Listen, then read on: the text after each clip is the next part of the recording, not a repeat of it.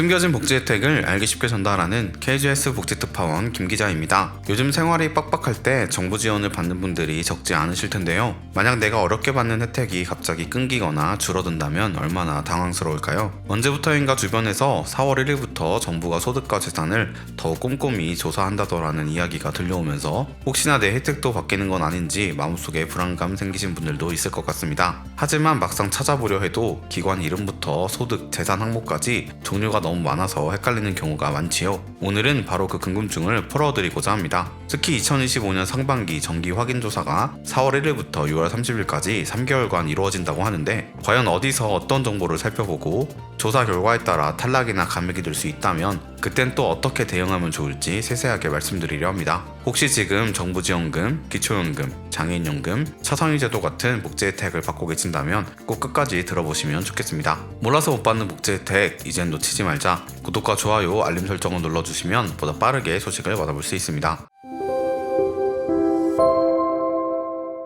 보건복지부는 매년 2번, 즉 상반기와 하반기에 사회보장급여 적정성 확인을 위해 대대적인 조사를 진행합니다. 올해도 4월에서 6월 한 차례, 그리고 10월에서 12월에 또 한 차례 광범위한 정기조사가 예정되어 있습니다. 그 사이에도 매달 조금씩은 정보를 확인한다고 하지만 이 정기조사 시점에는 훨씬 폭넓은 자료를 들여다본다는 점이 특별합니다. 이번 상반기 확인조사의 기간은 4월 1일부터 6월 30일까지 3개월 동안이고 대상은 기초생활수급자뿐 아니라 기초연금과 장애인연금, 차상위 계층에 속하는 분들, 한부모 지원, 초중고 교육비 지원, 다른 법률에 따른 의료급여 대상자까지 폭넓게 포함된다고 합니다. 이뿐 아니라 조사시 부양의무자까지도 함께 보게 되기 때문에 전국적으로 1,105만 가구에 이를 정도로 규모가 방대하다고 하네요. 정부 입장에서는 부정수급을 막고 제대로 지급해야 할 분들께는 적정급여를 놓치지 않고 지급하기 위해서라지만 막상 당사자 입장에선 내 재산이나 소득을 어떻게 조사하는지가 상당히 궁금할 수밖에 없습니다.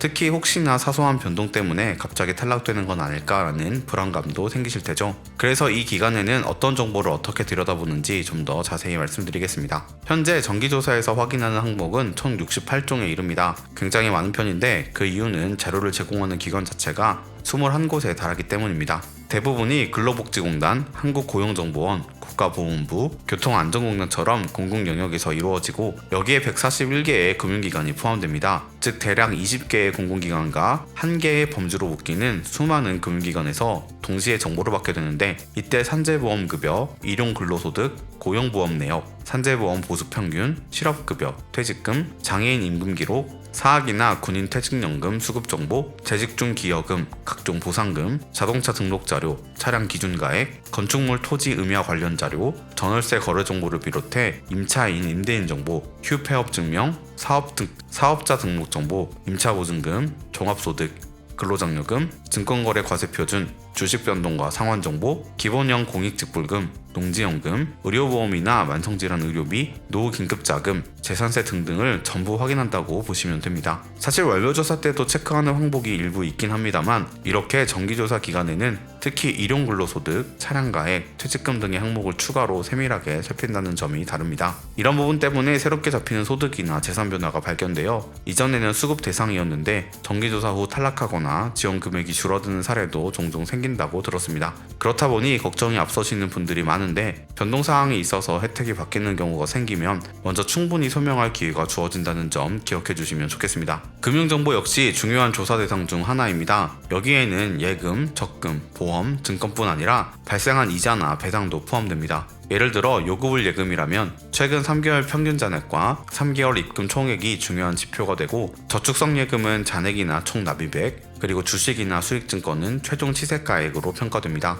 가령 주식을 100만원에 매수했는데 조사 시점에 가치가 150만원으로 올랐다면 그 150만원이 금융자산으로 계산된다는 뜻입니다. 사람에 따라서는 통장에 잠깐 돈이 많았다가 바로 빠져나갔는데 이게 문제되지 않을까 고민하시기도 하는데 실제로는 3개월 평균을 기준으로 보고 목적성 지출 등이 있었다면 따로 소명하실 수 있다고 합니다. 또 1년 이내에 지급된 보험금이나 이자도 조사 대상이 될 수 있는데 특히 보험금은 계약자가 아닌 수익자를 기준으로 본다는 점이 특징입니다. 이 때문에 이 부분은 미리 확인해 보시는 게 좋겠습니다. 주식 말고 요즘 가장 뜨거운 화제가 되고 있는 코인 자산은 현재까지 조사 항목으로 들어가진 않았으나 언젠가는 과세 대상이 될 수 있다는 전망도 나오고 있죠. 카카오페이나 네이버페이 같은 간편 결제 서비스 역시 공식적으로 재산으로 잡고 있지는 않지만 만일 큰 금액을 숨기려는 목적으로 활용했다가 문제가 되면 부정수급자로 낙인 찍힐 위험이 있다는 점도 알아두시면 좋겠습니다. 이렇듯 정부에서 소득 및 재산 정보를 대대적으로 확인하기 때문에 정기조사 직전에 시스템 정비 작업을 진행한다고 합니다.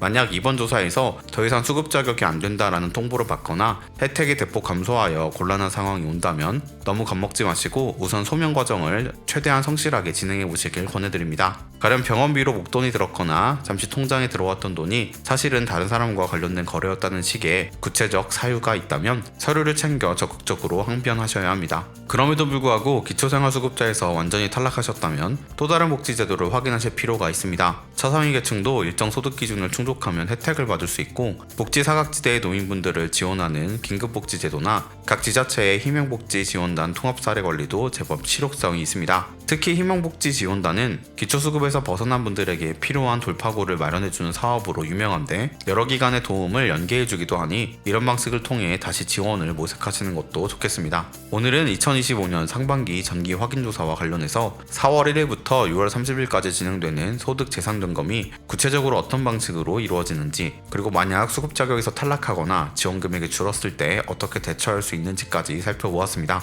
지금 받고 있는 복지제도가 조금이라도 달라지면 일상에 미치는 파장이 굉장히 클 수 있으니 혹시 해당되시는 분들은 서류와 상황을 꼼꼼하게 챙겨두시는 걸 추천드립니다. 그래도 막상 문제가 생기면 너무 두려워 마시고 차상위나 긴급복지, 희망복지지원단 같은 대안을 찾아보시기 바랍니다. 조금이라도 알맞은 지원 혜택을 이어받으셔서 어려운 시기를 슬기롭게 이겨내실 수 있었으면 좋겠습니다. 놓치는 혜택이 없도록 숨겨진 정보를 차단하서는 복지특파원, 저 김기자가 앞으로도 도움되는 소식 전달해드리도록 하겠습니다. 채널 구독과 좋아요, 알림 설정 부탁드리며 더 좋은 정보로 찾아뵙겠습니다. 지금까지 KGS 복지특파원 김기자였습니다.